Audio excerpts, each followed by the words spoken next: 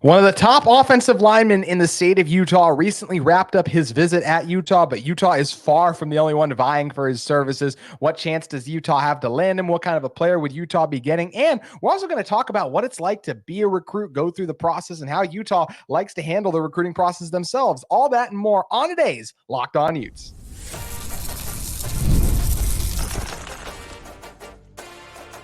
You are Locked On Utes, your daily podcast on the Utah Utes. Part of the Locked On Podcast Network, your team every day.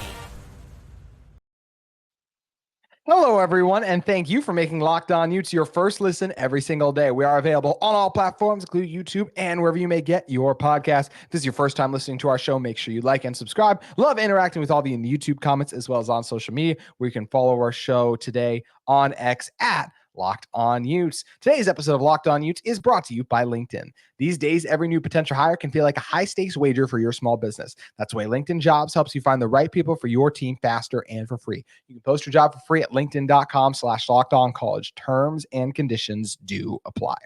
My name is JT Wistricll, former intern inside the University of Utah Athletic Department. Excited to be joined by former Utah kicker and staff member for the special teams, Moose Bignahm, joining me on today's show. And Moose, we're going to talk a little recruiting because Utah recently had a visit with Darius Afalava, one of the top offensive linemen in the class of 2025. Him and you also have Aaron Dunn, who's up there, which Utah is also going to have a visit with coming up. But Utah's done well recently with landing offensive linemen. You look at the last couple of years, Spencer Fano, Isaiah Garcia. They're going to try to get another elite one in Afalava, and it's not going to be easy. He's got LSU, Michigan State, some other prominent Big Ten schools now. Still feels weird to say that at USC and UCLA, but that's the matter of the situation. But look, he goes to school at Skyridge High School. He's a 3-star offensive lineman. I think Utah is definitely in the thick of this, and as we'll talk about in a moment, he did have a good time on his visit. Yeah, the nice thing is he's a high 3-star offensive lineman, and he's a kid that's big enough that you look at the tackles and you're like, man, we've got some great tackles over at Utah. But he's 6'5", 320, has incredible feet, and you can knock him inside, and he is a mauler. That's the nice thing about him. Sometimes you see 6'5", and you're like, okay, he's an edge player, but I think he's more of an interior lineman, and he could play guard or center. And if you pair him with the tackles, he is a kid that can start early and get things done often. I like what Darius brings to the table. He's mean. He is an absolute machine. And you can see that from the interest that he's garnering from LSU, Michigan, Oklahoma, UCLA, Utah, and Washington. I mean, all of these different schools have different pitches to them where they're going to say, hey, you can come and do this or that, and we're going to be the place for you. I mean, you talk to Washington, they're like, hey, we were just in the national championship. You can start here. Utah, they're like, you can start early and you can stay home. UCLA, they're going to say, hey, we've got our NIL coming. It's a new day at UCLA, and they're going to try to compete and get them some of that Big Ten love. Oklahoma, they'll say, hey, we've had some of the most prolific offenses in the last 20 years. Come here, block for a Heisman winner, and then see what happens. Michigan State, they're going to point to the last Polynesian offensive lineman they had, the kid that went in the first round from Oregon State, and say, we can do the same thing for you. And LSU, my goodness, getting down to the Bayou and seeing what goes on there, it's absolutely crazy. I had buddies that went down there, and they're like, I am totally content staying at Utah. And I've had other buddies that are like, oh, my goodness, GEAUX Tigers. And I'm like, all right, here we go, boys. And so it's just interesting to see what these pitches are, what's really going to play to his heart, and what he's going to see as the most valuable team to go to. Yeah, we said Utah's in his top 6, so they got a shot at him, but it's not easy when you're competing with the brands. And as you did a great job laying out there, Moose, they all have something exciting and unique to offer Darius. But what's nice is there's only one of his top 6 that he can stay in his home state and play. So that's the one thing that Utah is going for him. Darius is a guy that Moose, I remember his sophomore year, so that was back in 22, I want to say, the Skyridge Falcons won the state championships. And I was like, man, that was a really good offensive line, especially the right tackle is really good. Oh, wait, he's a sophomore? Like, that's how good Darius has been on the scene for a very long time. He's only continued to grow and get better, too. And, Darius, on his recent visit, if you look over at the TTJH Sports account on X, they talked to Darius after his visit, and this is what he had to say about Utah. The whole whole place is just culture. I could tell they really cared about me just because Coach Witt was at every meal I was at. The strength of the O-line room is also insane there. And, he knows a lot of those guys, a guy like a Garcia, Spencer Fano. So there's a lot of value in the familiarity. And obviously, because he is so close, Utah can easily afford to send some coaches over and down to his games frequently. Yeah, Utah, they recruit better than almost any school I know. I know when they were going after Nate Ritchie, they started doing billboards right near their school where it's like hometown hero. I'm like, freaking brilliant. When Keaton Bills was getting recruited, they would have their coaching meals at In-N-Out every single week where he was working. And I'm like, this is the most clever staff. And I think that Robert Blecken does a great job understanding who he needs to surround the kid with, who needs to be talking to him. And I think the biggest win for them is having Isaac Asiata on staff saying, hey, come here. I'll take care of you. I've been there before. I won awards here. I did what I needed to do to get to the NFL. I didn't like the NFL, but I love Utah. And this is a place where you can thrive. And when that's your pitch from Isaac Asiata, a kid he grew up looking up to, seeing the beautiful face mask paint and everything, that's a great pitch where he's like, you'll have your degree in hand, you'll do whatever you need to do, and you'll make enough money where you don't have to worry about anything while you play here because we're going to make sure that you're taken care of on and off the field. Yeah, that's a great point, and that is something that is incredible that Isaac is able to bring that now of like, I've been here, I've won here, and you can do the same thing. I got to believe there's a lot of value in a recruiting pitch like that. And we'll see if he was able to work his magic in the long run on Darius. It's going to be interesting to see when his kind of timeline is to make his decision. Does he want to be a guy who does it in the summer and get it out of the way? Does he want to wait till the fall, see if he can continue just to kind of drum up maybe even other offers and things of that nature? It's always an interesting game, the recruiting game, but Utah very much in it for Darius Afalava, the 6'5", 320-pound Skyridge offensive lineman. I like what you talked about, Moose. I feel like there's a really strong chance he does move into the inside at the next level, but man, he's had a lot of success at tackle at high school too, so I wouldn't have bet against him on the outside. So I'm very curious to see how the rest of his commitment plays out, and it's something we'll continue to monitor on our show here. But the recruiting game is a fascinating one. There's so many chess pieces always in motion, trying to track everything that is going on in the world of college recruiting. And now it's kind of been crazy overshadowed by the transfer portal, of course. But Moose, we got someone like you with a very unique perspective. You were on staff at Utah, and you've been through the recruiting process of getting recruited as a collegiate athlete, just in general, too, of course, by Utah being one of the ones, too. So I want to talk to you about that experience in one moment. But first, I want to talk to all of you about one of the sponsors of our episode of Locked On Utes. It's our friends at LinkedIn Talent Solutions. When you're hiring for your small business, you want to find quality professionals that are right for the role. That's why you have to check out LinkedIn Jobs. LinkedIn Jobs has the tools to help you find the right professionals for your team faster and for free. LinkedIn isn't just another job board. They help you hire professionals you can't find anywhere else, even those who aren't actively searching for a new job but might be open to the perfect role in a given month. Over 70% of LinkedIn users don't visit other leading job sites. So simply put, if you're not looking on LinkedIn, you're looking in the wrong place. On LinkedIn, 86% of small businesses get a qualified candidate within 24 hours. You can hire professionals like a professional on LinkedIn.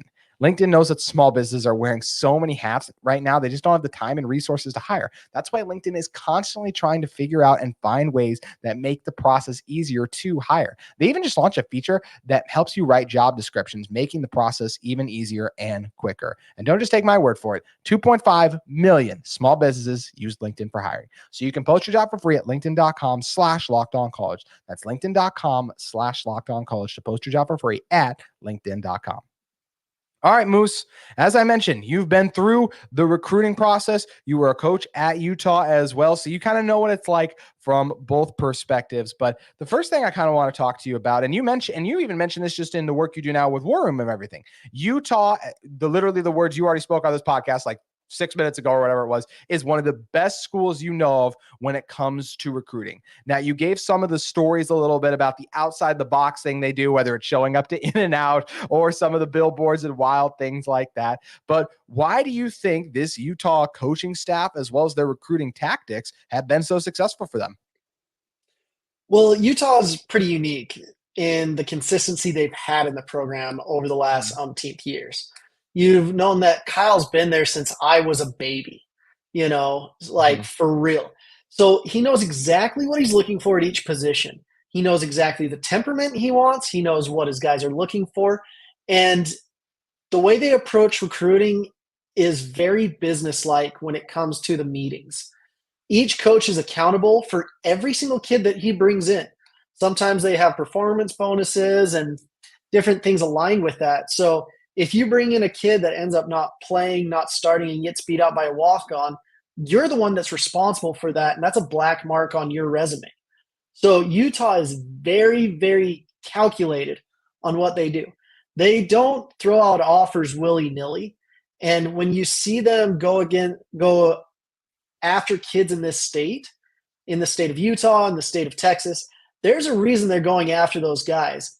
And a lot of other schools overlook those kids. And what we're seeing from Utah is they're being able to go after top guys that are overlooked, and they know what they're getting because Utah's developing kids that were 2 stars into 4 stars. Now they're developing those 4 stars into 5 stars. You look at a kid like a Cole Bishop, for example, or a Sione Vaki. Both those kids came in. They had decent offers, nothing great. But by the time they left, you're like, these are legit stars. And when you get into a Utah program and you buy in to what's going on there, that's the type of competition and competitive environment that can take your game not just to the next level, but blow the ceiling off that glass ceiling that you have prepared for you. So I love what they do at Utah. I think it's a great school. I think that they're ready to compete right now to get into the playoffs, and that's something that's very alluring for a lot of young men. But they're very calculated in what they do. I know when Jay Hill was recruiting me there, he took me to the seminary building. He told me, you're going on a mission, and I didn't know that. And I was like, okay, well, he has a plan for me. I'm like, I didn't know I was religious, but apparently I am, so good for me. And so there's different things they do, and they've got a plan for each kid that walks in the door if they like that kid. And so that's what I like. I like the coaches they pair them up with. I like the players that they're conscientious of who they're bringing in and pairing them up with. And you've got a brotherhood that you walk right into. You've got a friend group. You've got a mentorship program that you're taking care of from day one to day when you retire. Yeah, that mentorship program, as you mentioned, like establishing that early rapport and trust has got to be something that is so important. And Moose, as mentioned, you've been with Utah, you've worked with a lot of other schools. What do you think makes a Utah visit unique or different than a lot of the other visits that are out there?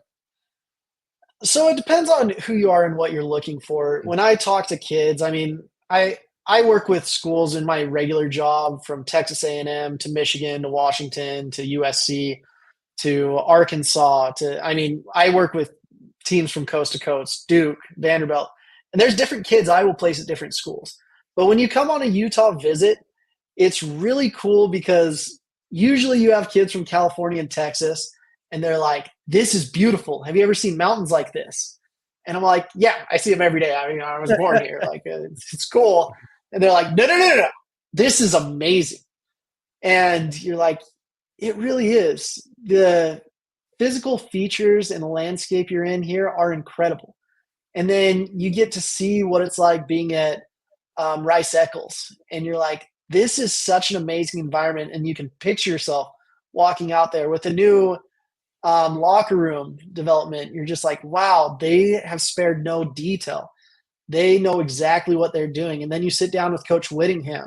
And when I sat down with Coach Witt, I was like, hey, you know what? I love this, this, and this. And he's like, you know what? I love going to Lake Powell too. And he was a very relatable person, which was really cool. And I can even call him to this day and he picks up. But with Witt, it's kind of funny, just a little side note. I remember when I left, I went down to Lake Powell to clear my mind. And I was sitting there, I'm like, okay, I don't have to deal with any coaches, nothing. I can just get a week and figure out my game plans. We went and parked our houseboat. And that day, this beautiful houseboat came with Utah flags all over it, came and parked right next to us. And I'm like, this has to be the biggest Utah fan ever. And I looked and I saw Coach Witt driving the boat. And I'm just like, gosh, dang it. Give me a break. I'm like, I just left the program. I might be in trouble. I was like, Dad, we got to move. Like, we got to go literally anywhere else but here. But it's just fun because these guys are really relatable. I love Sharif. I love all these different coaches. They're genuine and they're good people. And they try their best. Are they perfect? No. But they're all there for the right reasons. And then they're all there in their dream job. So you don't see a lot of guys leaving Utah unless it's to take like a head coaching job or something like that.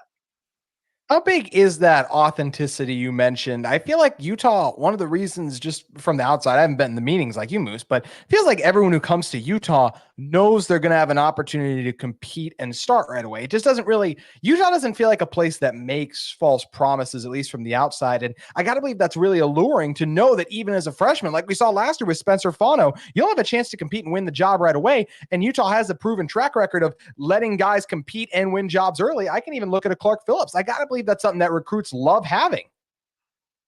Well, that's all you ask for as a recruit. You ask for the opportunity to compete. If you're the best in the room, you know it. There's not a question about that. Like when I was sitting there, I was like, Andy Phillips is better than me. And that's okay right now. Nothing I could work my butt off. He's working his butt off. But I was like, it's better for me to transfer. When you go to a program and you're the better guy and they still play someone else, that's when you see culture in the locker room shift. That's where you see, hey, what's going on here? Because I'm working just as hard, if not harder, than this other kid. I'm performing better than him, and I don't understand. So one thing I really respected from Coach Hill when I was there, I went into his office about halfway through spring ball, and I was like, Coach, I'm not getting opportunities. I know I'm better than these guys. Why am I not getting opportunities? He's like, you know what? I don't know. Let's figure it out. Let's throw you into the fire. And after he did that, I went 19 for 19 on my field goals. And so I'm just like, okay, I'm good. I can compete. But they were honest with me, and they're like, look, we believe in this kid a little bit more than you. He's got bigger leg. He's been home from his mission longer. We think that he's got the goods, but we still want you here. I'm like, okay, well, that makes sense, and I'm not playing this mind game. Utah's straight up with you, and that's something I really admire about the coaching staff there. Yeah, that transparency, I think that's something everyone wants in their job, right? So I think that's awesome that Utah is able to provide that right away at the collegiate level. I have other journalistic questions I'd like to ask you, but I think me and everyone listening this wants to know. Can you describe what Coach Whittingham's boat is like a little bit more? Like how many Utah flags we talking here, Moose? This was 15 years ago. Or 12 or something. I don't know. It was a minute ago. But I remember there was about 8. I mean, there were 2 on each back end. There were 2 in the front. There was some hanging by the windows. And I was just like, who is this? And then I'm like, gosh darn it, it's Whit. And it's possibly the one time in my life I didn't want to see him. But he is a great person, and I love him. It's just like, leaving a job, you don't want to see the person who was employing you that next week, and you don't want to be on a vacation with them right next to you for a week. And so I was like, Dad, we gotta move. Gotta bounce. Well, hey, it's nice that he has all those Utah flags, so you could tell you could see he was coming from a little bit away. So you were able to get out of Dodge there. So it ended up working out well. Well, I appreciate you sharing that insight. But one thing I'm also curious is to, you just work so closely with these colleges. We've seen Utah already start to offer kids in the class of 2027. So I'm curious to pick your brain about when we see Utah and start to identify some of the players just when they start to kind of blow up in the recruiting scene. I want to get your thoughts on that, Moose, in one moment. But first, I want to talk to you all about one of the sponsors of today's episode of Locked On Utes, our great friends at FanDuel. Summertime means baseball, the NBA Finals, and more, and you can bet on it all at FanDuel. Right now, new customers get $200 in bonus bets with any winning $5 bet. That's $200 you can bet on everything from the finals MVP to who's going to hit it out of the park. You can visit FanDuel.com/lockedon and add a big win to your summer bucket list. Once again, FanDuel.com/lockedon, capital L and O of on, and win big this summer. And when you're talking about the NBA Finals, I mean, look, this looks like a series the Celtics are in control of. They're up 2-0. And I mean, right now, Jaylen Brown has to be the favorite for Finals MVP, but it's the Boston Celtics. The strength is just how strong that starting five is overall. So who could have the good games in Dallas? You still got to win a game at home if you're Dallas, or beat them on the road if you're Boston. So that's where this series still gets interesting. A lot still to be determined, and a lot of fun odds and games to still bet on with FanDuel. So you can head over to FanDuel today and get it on all the latest lines and odds and everything relating to sports. FanDuel, America's #1 sportsbook. All right, Moose, closing this out. We've seen Utah start to offer some class of 2027 kids already. So take us all inside the mind of a college athletics, just like recruiting area. How early do these coaches and recruiting staffs identify these players? So identify is one thing, offer is a whole nother. So identify, usually it's when a kid starts to play varsity or has a skill set that really just wows you. So like a Coniel Sweetwine from Skyridge. He hasn't played a lot of varsity, but he's 6'4", 220, great dual threat player, and he can sling the rock. You just listen to it and you're like, this sounds different. I was down in Arizona, and I went to a high school where there was a kid there that just had phenomenal footwork. And you're just like, okay, who are you? You're a freshman in high school. You've got great footwork. You've got great tempo. Your ball looks almost as good as the senior. What's going on here? What the crap? And so when you start to see those skills start to pop up, you start to do your homework on different kids. What are the grades like? What's going on?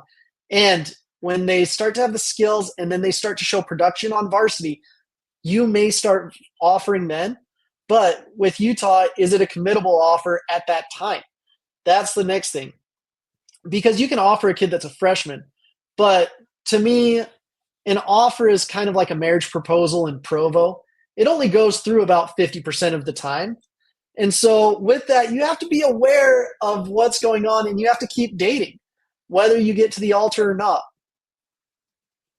So Utah's strategy, it's going to be, let's identify them early. Let's form that relationship. Let's keep that relationship up. And from there, we're going to see that we're going to have a great chance of getting this kid when he is a 4 or 5 star because of the relationship that's been built and we identified them early. Yeah, it's a fascinating process. Moose, when did they first kind of identify you? So Utah identified me my junior year. There you go. But each position, it's a little bit different in how they handle it. So for kickers, there's only about 10 kickers that get Division I offers annually, where most of the other ones get PWOs. There's about 30 punters that get offers.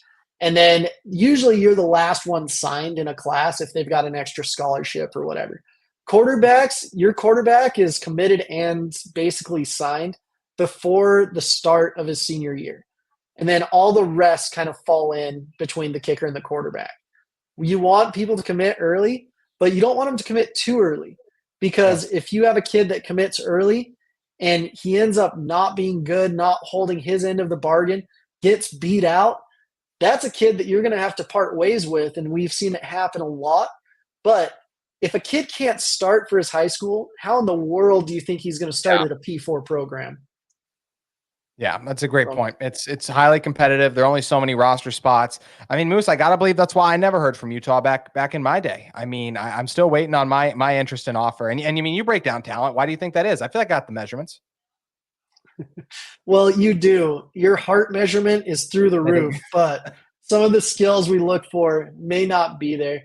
The other interesting thing that Utah's probably preparing for with all these other schools is the NCAA is looking at an 85 flat roster limit. And so no more preferred walk-ons, no more stuff like that, which allows more kids to get more revenue, but it also makes it difficult to manage a roster, which is why I love the field I'm in, where we talk with schools. How are you going to manage this? Where are you going to disperse all of your different scholarships? What's going to go on with this? Because you might see teams only have a combo punter, field goal kicker, and have a safety like Nate Ritchie doing kickoffs if they change the kickoff rule like they do for the NFL. So Utah has a weapon in Nate Ritchie like that. So there's a lot of different things you have to balance and a lot of different things you have to be prepared for as a recruiter. And Utah has one of the best in Robert Blecken. Yeah, Robert's done a great job up there and everything. And Moose, that was pretty close to a great segue because I was just about to turn it over to you and let you tell everyone what you got going on. So I'll let you just pick it back up from there about all that stuff. Well, I still have War Room. We're signing clients left and right. We're helping with collectives now. We do a lot of different things. I've got recruiting for parents. If you guys really are interested in the recruiting process and you have a prospect that's a sophomore, junior, freshman, eighth grader, there's things that you have to do now to get yourself on these college lists. And we go through all of that in recruiting for parents. And I'm also doing my podcast. So we've got cornerbacks coming up this week. We rate all the top kids in the state of Utah. So you're educated about who the next University of Utah players will be, whether it's Darius Afalava, Aaron Dunn, or we've got a slew of 26 quarterbacks that Utah would love to get in the fold. So it's going to be interesting with Helaman Kasuga, Coniel Sweetwine. There's a kid moving in from Hawaii that's going to be going to either Orem or Timpview. Excited for that one. There's a lot of talent in this state, and Utah has always done a great job cultivating the talent from the state of Utah, and they'll continue to do so. So I'm excited to see what happens in the next little bit. But I'm just a chicken with its head cut off is how it feels most of the time.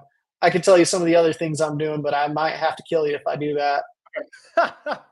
Well, instead, I appreciate that you end up running in you being a chicken with your head cut off. You end up running into Locked On Utes a lot. So we always appreciate you taking the time, my friend. And if you guys are listening and you do want to know more about the top in-state recruits, make sure you guys head over and check out all of Moose's great work. You can also give a follow on X at Moose B90. Moose, thank you for joining us. Oh, it's always a pleasure, JT. You have a great one, and we'll see you soon. Yes, you definitely will. And for all of you Locked On Utes listeners, we will see you tomorrow. Thank you for tuning in.